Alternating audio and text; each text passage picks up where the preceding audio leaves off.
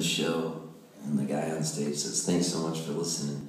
Got CDs for sale at the back of the bar," and stuff like that. And thanks everybody for coming out. Wishes you all to have a good night and a good night's sleep. And I wish I could come over and read each of you a bedtime story. It would go like this. One time when I was a little kid, I wanted to go to sleep so bad, and I had a hard time getting heavy eyelids. So I smoked a lot of weed, took some drugs, and then I fell asleep. The end.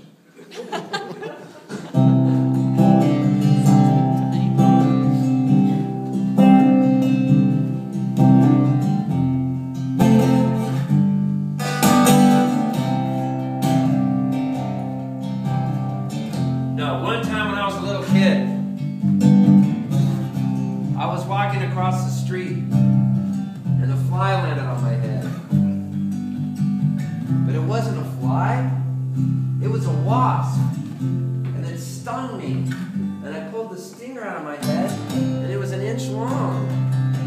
And the nuns took me into the convent and I had become allergic and they gave me some Benadryl. And I fell asleep. When I woke up, the nuns were standing around me and so was my mom. And my mom handed me an ice cream, orange flavored sherbet push-up ice cream. And she kissed me on the forehead. I'll never forget. And she said, "Steve, I just want you to know that I love you." And then she said, "I'm in it for the long haul. I'm with you till the end. I'm in it for the long haul. You'll always be my friend."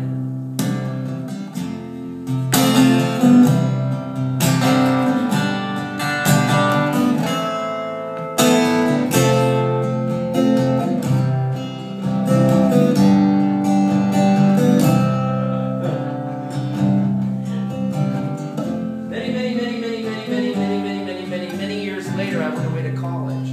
I went to a Catholic university called the University of San Diego. Beautiful. Oh man, the campus was right on the ocean. I studied political science and Spanish. So I knew I wouldn't have a job, but at least I'd know Latin.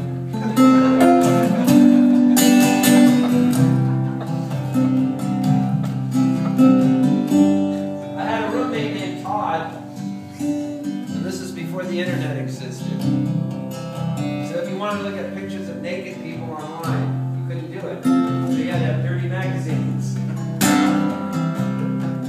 So he had a red bag in which there were 2 dirty magazines. The red bag had a black zipper on it. He kept the bag underneath his bed. He called the bag of porn. But he only referred to it as its acronym, BOP. So sometimes he'd say to me, "Dude, I'm going out on a date tonight, bro, and I might bring this chick home." That's how they talk about it in Southern California. So I want to put the BOP underneath your bed in case some chick comes over. And I'll never forget the name of the 2 magazines in the BOP. I won't say them tonight because I've already said too much. Sex slots, prison pussy.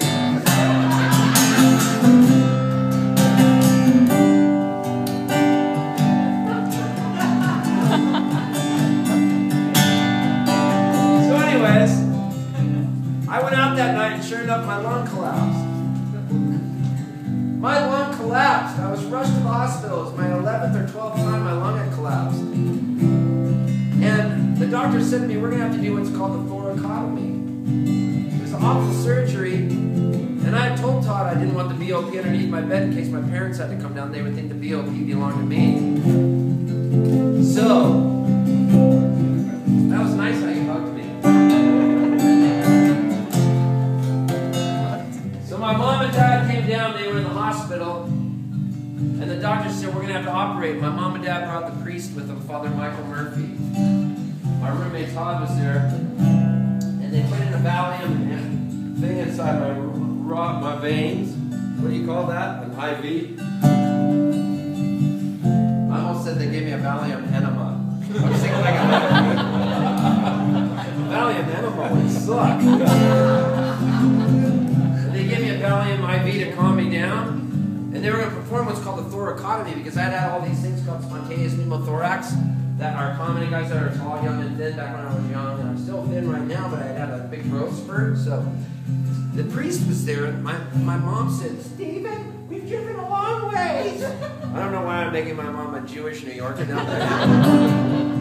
Because that's not how she talks. We're from Canada. But she said, "Stephen, I picked up a corned beef sandwich over at the deli. After you have your circumcision." And she said, "We've driven a long way. We're going to stay in your room tonight since you're going to be in the hospital." And then I looked at my mom, and I thought she was Todd. And before I went under, Todd was there, and my mom was there. My last words to anybody were I looked right at my mom, and I said, "B.O.P. Mama."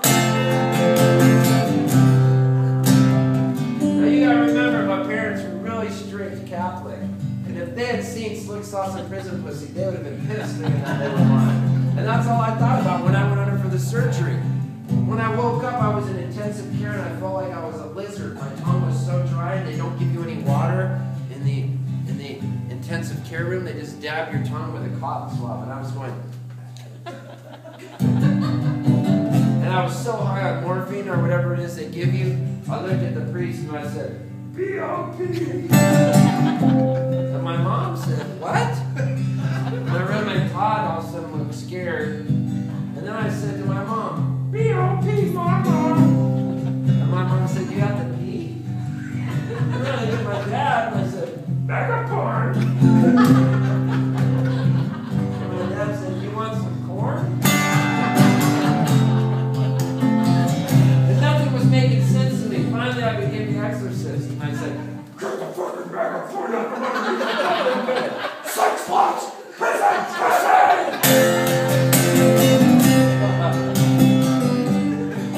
Well, everybody looked shocked. Finally, my dad laid down and he goes, "It's okay, son. We still love you." Besides, that Slick Slots was a pretty damn good magazine.